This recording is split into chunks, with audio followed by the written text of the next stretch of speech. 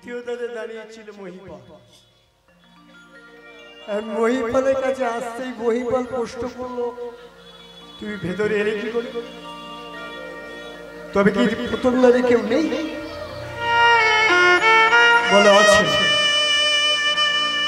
তাহলে তুমি এলে কেন? নারদ সুকৌশলে বলে উঠল, মহিলারা দ্বারের নন্দী ভেঙ্গি আছে, কিন্তু হয়তো উন্মত্ত হয়ে গেছে, তাই তোমাকে খবর দিতে এলো। তুমি গিয়ে দেখে এসো। নারদের কথা সত্যি মনে পড়েছে। যেই মহিপাল দ্বিতীয় দ্বার ছেড়ে দিয়েছে, নারদ দেখলে এবার তৃতীয় দ্বারে যাব। ছুটিতে ছুটিতে নারদ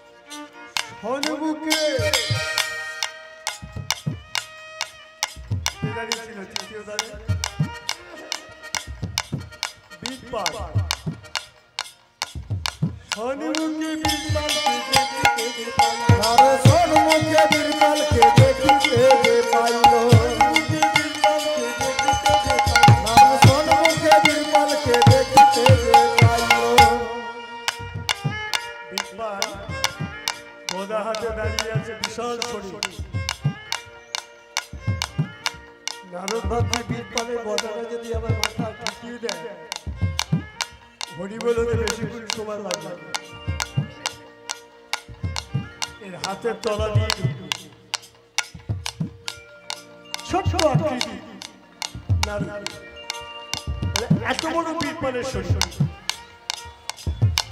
আর নারদ বলে হলো, বিদ্যাদা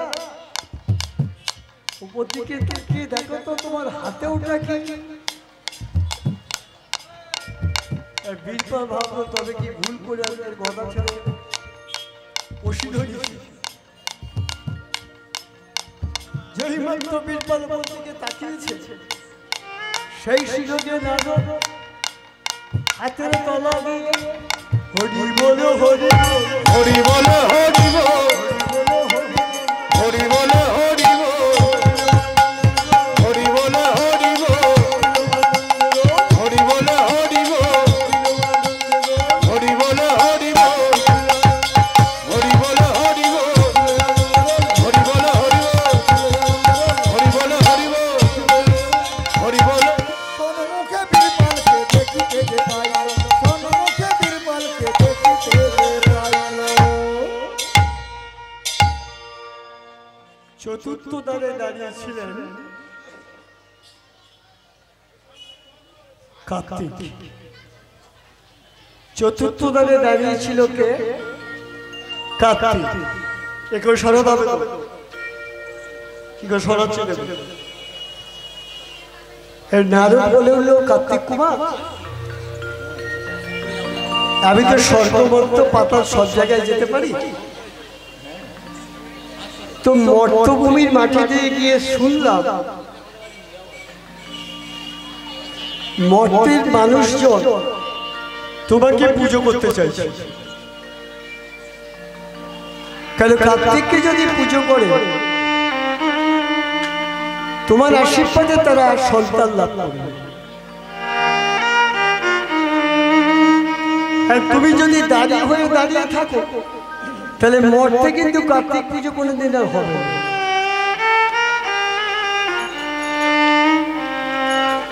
চিন্তা করে কি করবো, কার্তিক বলে বলে ভাবলো আমার পুজো মরতে হবে না, এটা কি করে হয়? সব দেব দেবী পুজো পাবে, আমি পাবো না? কার্তিক দাঁড় রেখে দিয়ে ময়ূরটাকে নিয়ে চলে এলো। ভক্তমন্ডলী, ভক্তবতী মায়েরা, আপনারা তো কার্তিক পুজো করেন নাকি? তাহলে কার্তিক পুজো করেন, কিন্তু কার্তিক পুজো সন্তান লাভের আশায় পুজো হয়ে গেল, 4 প্রহরে পুজো হলো, পরের দিন বলুন, তারপরের দিন বলুন,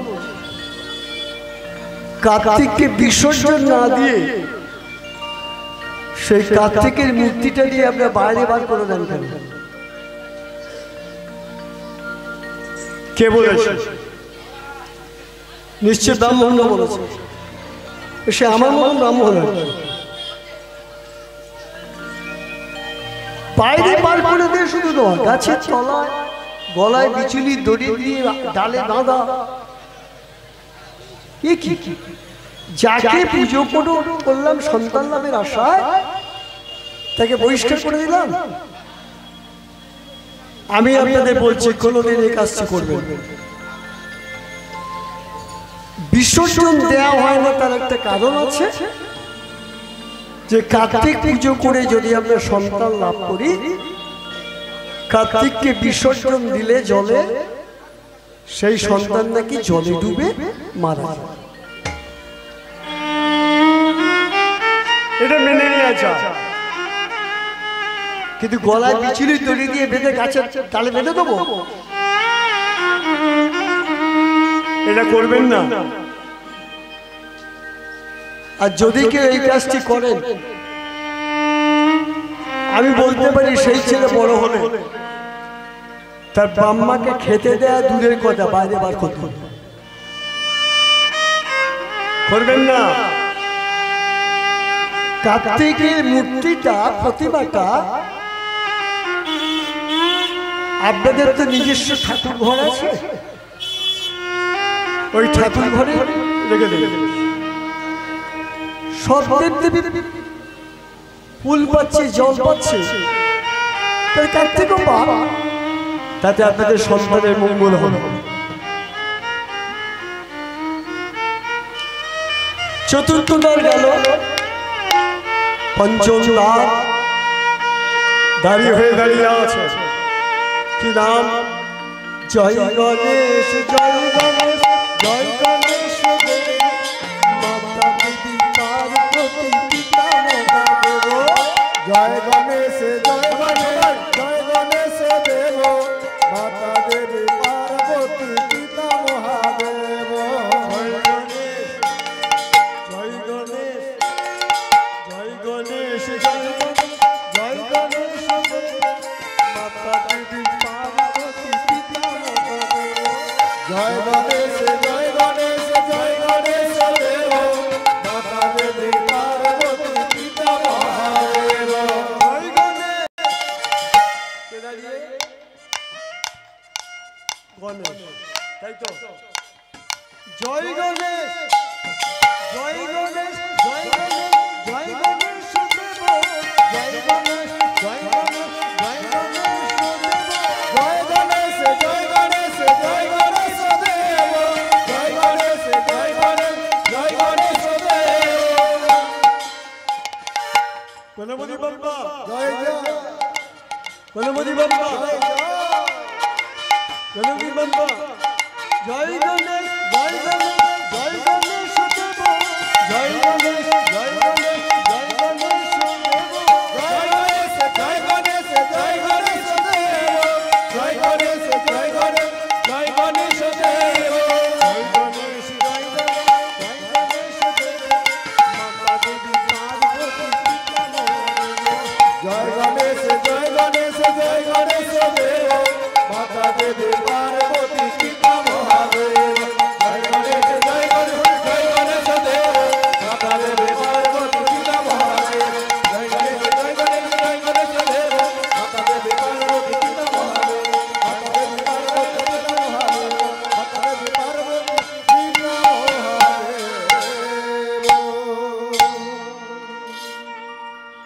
গঙ্গণপতি গণেশায় নমঃ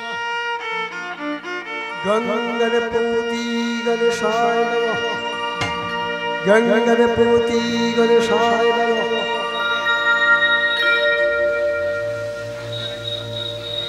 আমাদের সনাতন ধর্মে ৩৩ কোটি দেবদেবী আছে।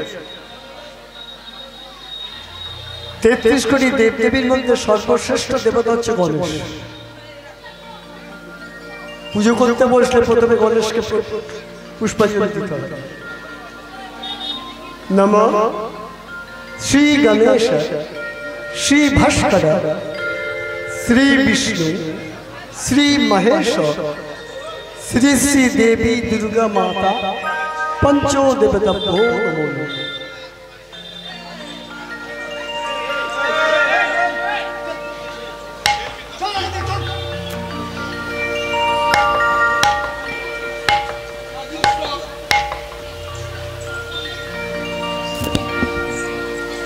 गणेश की पूजो ना करले कोनो देव देवी नेबे ना, स्वयं भगवान श्रीकृष्ण पर्यन्त पूजो नेबे ना। कारणटा कि অথচ গণেশের মুখটা কিন্তু দেবতাদের মতো নয়, হাতির মুখ, হস্তি বদন। কেন হলো? অথচ তাকে আগে পুজো করতে হবে। জেনে নেওয়া যায়। একদিন কৈলাসে দেবী পার্বতী গণেশকে বলছে, গণেশ আমি স্নান করতে ঢুকছি, তুই দাঁড়িয়ে হয়ে দাঁড়া, কোনো পুরুষ যেন প্রবেশ করতে না পারে।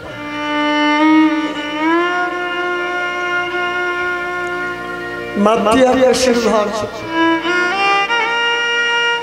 গণেশ দাঁড়িয়ে আছে, আর ভিতরে মা বিবস্ত্র হয়ে স্নান করছে। কৈলাসে মহেশ্বর কিন্তু এটা জানে। হঠাৎ মহেশ্বরের কি মনে হয়েছে, পার্বতীর সঙ্গে কিছু গোপন কথা বলবেন। এটার নাম হচ্ছে হর পার্বতী সংবাদ। নন্দী ভিঙ্গিকে পাঠিয়েছে।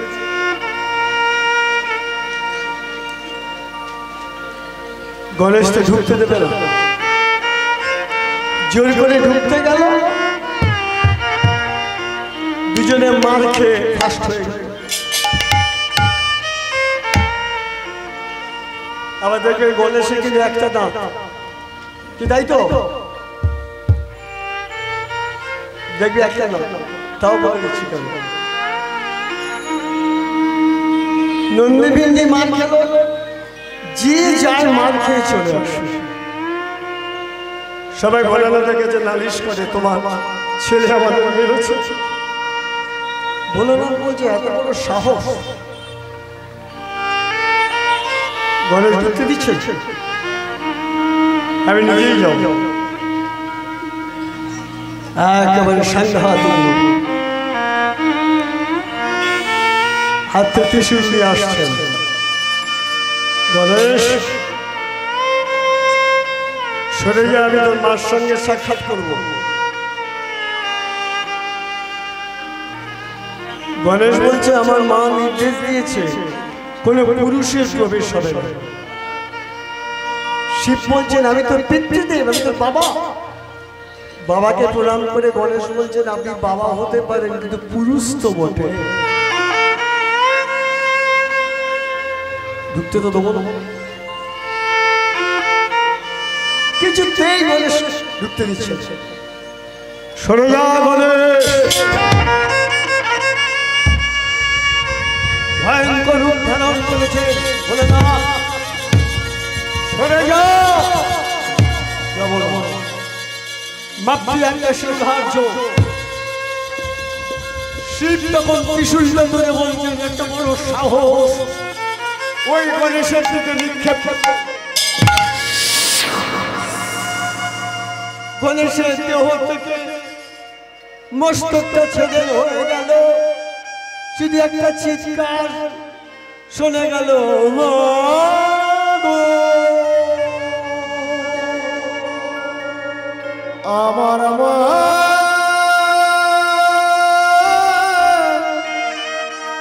মা গো,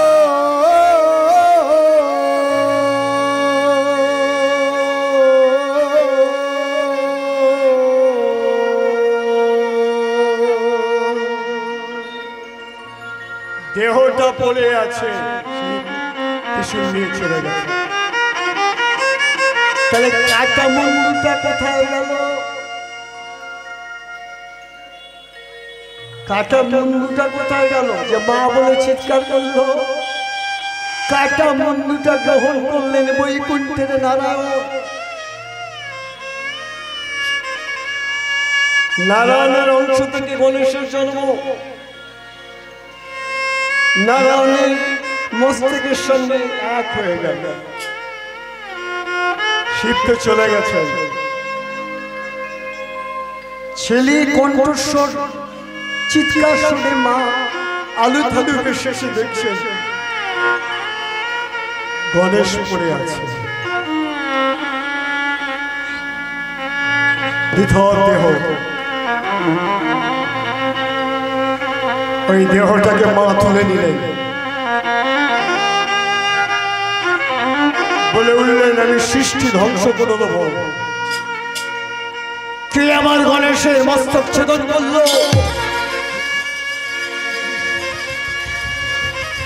ভয়ঙ্কর রূপ ধারণ করেছে, সারা সৃষ্টি টলমল করলো।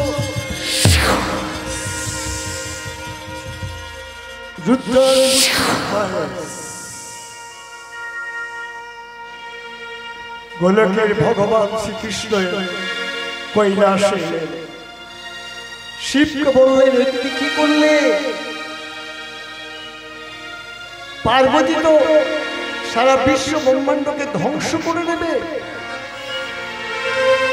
গণেশকে বাঁচাতেই হবে। শিব বললেন যে অস্ত্রে গণেশের মস্তক ছেদন, সেই অস্ত্রেই গণেশের মস্তক হবে সংযোজন। ত্রিশূলকে বললেন যা ত্রিশূল, উত্তর দিকে মাথা রেখে যে নিদ্রামগ্ন আছে তার মস্তকটা ছেদন করে গণেশের দেহেতে লাগা, গণেশ প্রাণ ফিরে পাবে। ত্রিশূল ছেড়ে দিলে ত্রিশূল ছুটছে,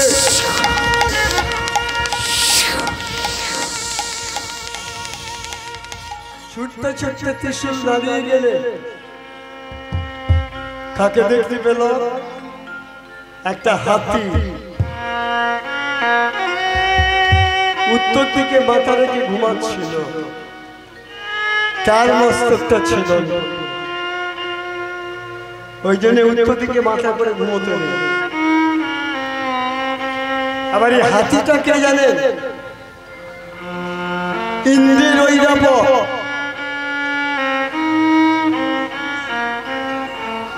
দেবরাজ ইন্দ্রকে দুর্বাসা মুনি একটা পারিজাত ফুল দিয়েছিলেন, যে পারিজাত সমুদ্রে মন্থনের সময় উঠেছিল। দিয়ে বলেছিলেন ইন্দ্রকে সত্য সহকারে যে এই পারিজাতকে মাথায় নেবে তার মঙ্গল হবে,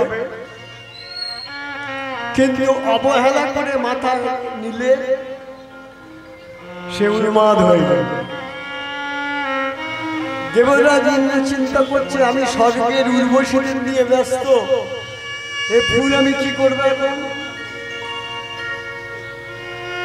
ইন্দ্র বলল কি তার ঐরাব তার মাথাতে অবহেলা করে রেখেছিল, ফলে হলো কি সেই হাতিটা উন্মাদ হয়ে গেল। উন্মাদ হয়ে ক্লান্ত শরীরে উত্তর দিকে মাথা রেখে ঘুমাচ্ছিল। শিবের ত্রিশূল তার মস্তক ছেদন করে গণেশের দেহে লাগলো। গণেশ প্রাণ ফিরে পেল। মা ছেলেকে দিকে বলছে, সব দেব দেবীর এত সুন্দর বদন, আমার সন্তানের হস্তি বদন, একে সবাই ঘৃণার চোখে দেখবে। ভগবান শ্রীকৃষ্ণ এলেন, এসে বলছে, দেবী পার্বতী, গণেশের হস্তি বদনটা কি আছে? তুমি তো সন্তান ফিরে পেয়েছ, তবে একটা কথা জেনে যাও, মর্তভূমির মাটিতে যখন দেবদেবীর পূজা হবে,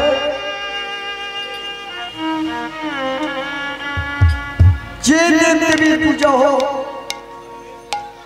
আগে গণেশ পুষ্পাঞ্জলি পড়ে। আর গণেশকে পুষ্পাঞ্জলি না দিলে কোনো দেবদেবী পূজা পূর্ণ হবে না। আর এককভাবে যে গণেশকে পুজো করবে, গণেশের আশীর্বাদে সর্ব কার্যে সিদ্ধি লাভ হবে। ওর নাম দিলাম সিদ্ধিদাতা গণেশ। এই জন্য গণেশকে আগে পুজো করতে হয়, না পুজো করলে কোনো দেব দেবী নেবে না। ভগবান শ্রীকৃষ্ণের মুখ নিঃসৃত বাণী, এখানে একক ভাবে দাঁড়িয়ে আছে পঞ্চম দ্বারে, তাই এখানে গিয়ে দেবশ্রী নারদ গণেশকে পূজা করছে। জয় গণেশ, জয় গণেশ,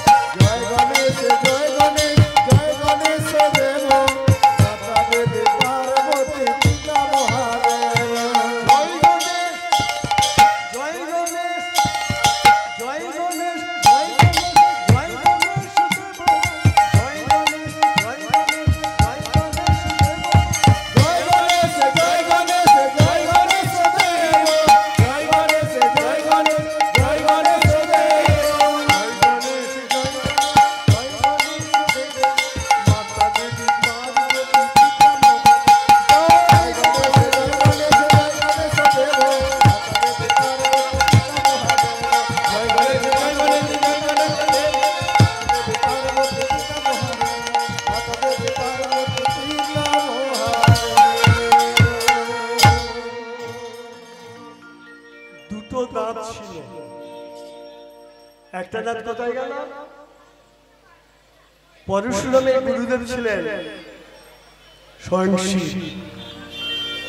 পরশুরাম শিবের সঙ্গে দেখা করতে এসেছিলেন, আর গণেশ ঢুকতে দেয়নি। তখন এই পরশুরাম করেছিলেন কি, গণেশের দিকে এক কুঠারটা ছুঁড়ে দিল। ওই যে কুঠারটা ছুঁড়ে দিয়েছিল, দিতেই গণেশের একটা দাঁত ভেঙে গেছে। তাহলে পঞ্চম দ্বার গেল, ষষ্ঠ দ্বার দাঁড়িয়েছিল মহাকাল।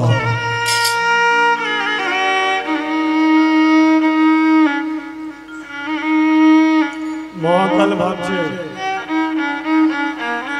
তুমি যতই ছলনা করে আসো না কেন, সপ্তম দ্বারে যিনি দাঁড়িয়ে আছেন, তোমার ছলনা সেখানে ধরা পড়ে যাবে। মহাকাল দ্বার খুলে দিল। সপ্তম দ্বারে কে? শঙ্কর ঘরেনি শিব জয়া, দেবী মা মহামায়া, স্বয়ং ছলনাময়ী। এখানে ছলনা করতে পারলো না, হেরে গেল। মায়ের কাছে কাঁদছে, মা আমি বড় অধম, বৈষ্ণব দর্শন করতে এসেছি, ভক্তি পেতে এসেছি, ভক্তি তত্ত্ব জানতে এসেছি। মা, তুমি দ্বার খুলে দাও মা। মায়ের চরণে চোখের জল দিয়ে দিচ্ছ।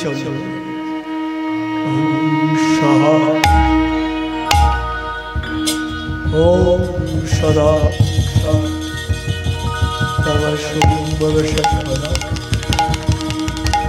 নমো সর্বনাথ পরিত্রাণ পরায়ণ সৃষ্টি স্থিতি হরণ নারায়ণ নমস্তে।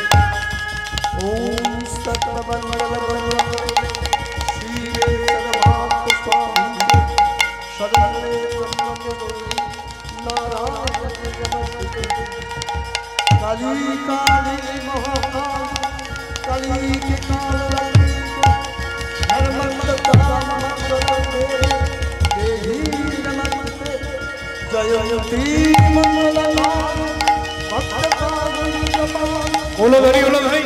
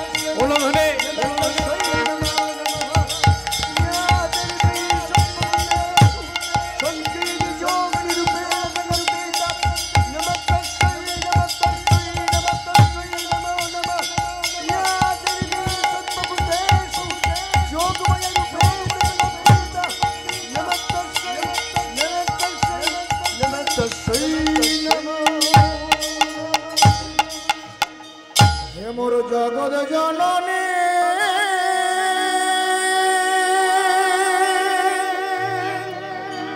हे मोर कृपा महिमा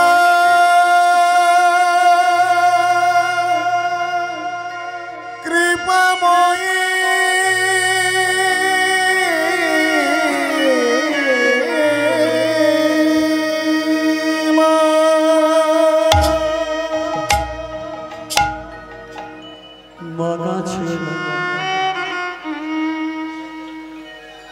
মায়ের চরণ ধরে কাঁদছে, চোখের জলে দেবী পার্বতীর চরণ দুখানা ভিজে গেছে। মাকে বলছে, মা আমার মায়া আছে না, আমি আছি, ভাবি না কি আর আছি। এই মায়া চেনা আমি আছে, ভাবনা কি আছে আমার। মায়া চেনা আমি আছি, ভাবনা কি আছে আমার। মায়ের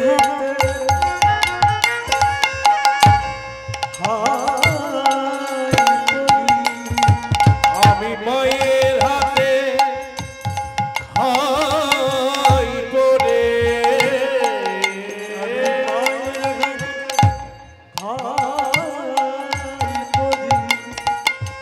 আমি মায়ের হাতে খাই করে।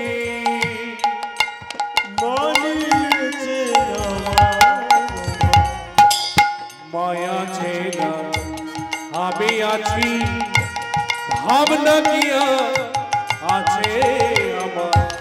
এই মায়া চেনা আমি আছে, ভাবনা কি আছে আমার মায়া আছে না আমি আছে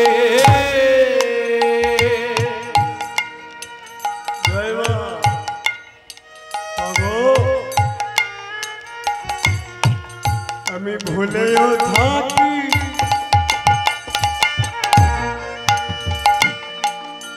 তবুও দেখি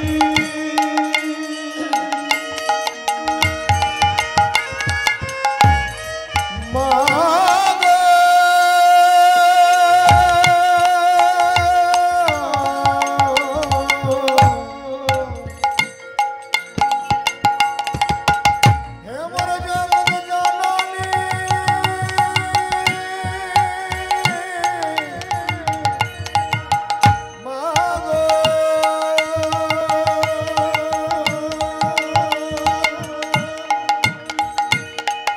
আমি ভুলেও থাকি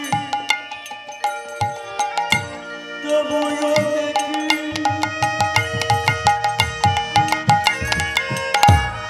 মা মা গো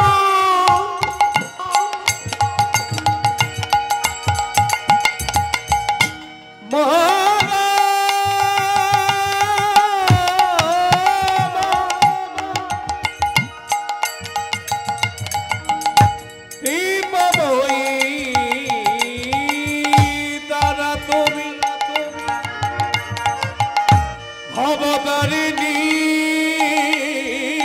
মা গো ও গো মা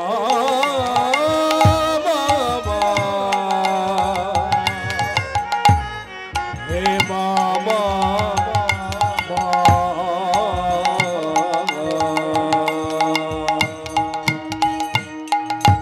ভুলেও থাকি তবুও দেখি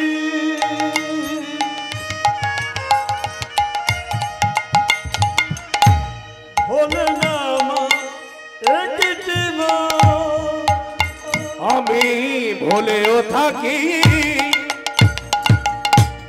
তবুও দেখে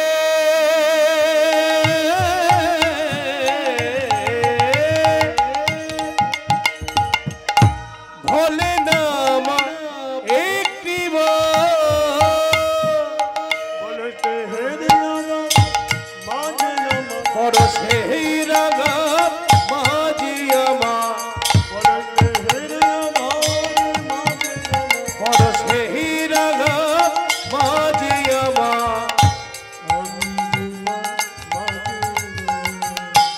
মায়া আছে না আমি আছে ভাবনা গিয়া আছে আমার মায়া আছে না আমি আছে ভাবনা গিয়া আছে আমার মায়া ছেলে মায়া ছেলে আমি আছে ও গো মা মা গো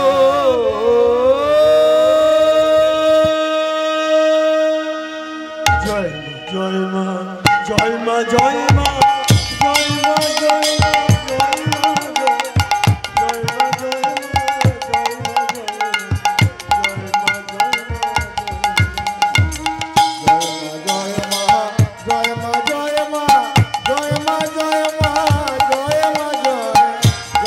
জয় মা জয়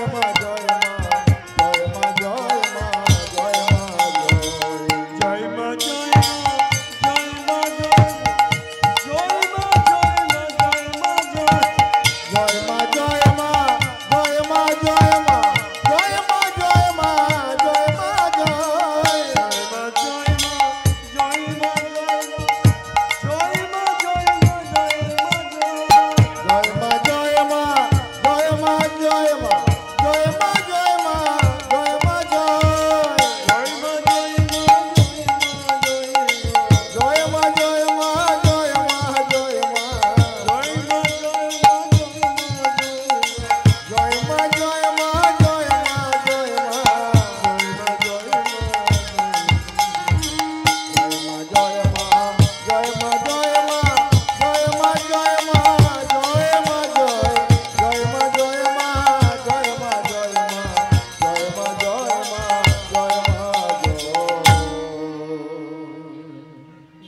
অবতারিণী কি বললেন? নারদ, সন্তানের চোখের জল যদি মায়ের চরণে পড়ে, মা কি কখনো অবহেলা করতে পারে? আমার স্বামী কত বড় বৈষ্ণব তুমি দেখতে চাও, তাই তো সবাই বলে আমার স্বামী নাকি গাঁজা ভাঙ খান, 6 বর্ষ মাখা। যাও তুমি নিজের চোখে দেখো, সপ্তম দ্বার খুলে দিবে। বলে না ডাকছে নারদেশ্বর, কি দেখছো? সুরপা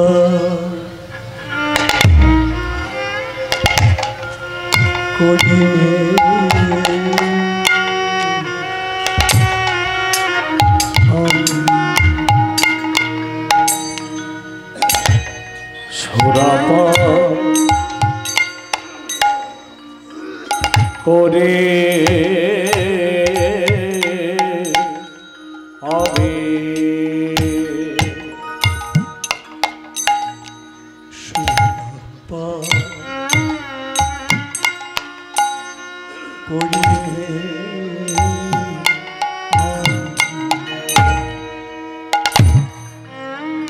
সুরপা করে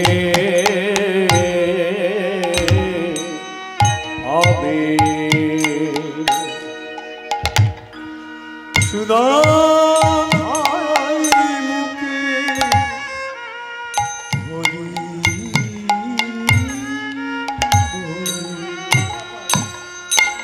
সুরপা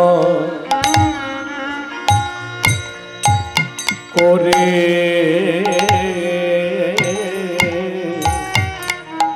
হবে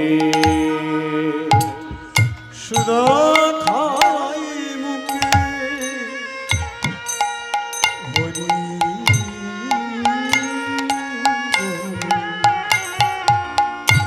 সুরপা করে হবে। আমরা জানি ভোলানাথ নাকি গাঁজা ভাঙ খায়, কত ভুল দেখো। হরিনামের সুরপান করছে, নারদকে শোনাচ্ছেন হরিনামের সুরা,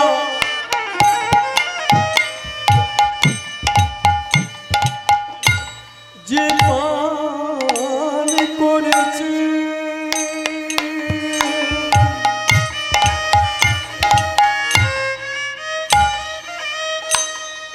এ সুরা খেয়ে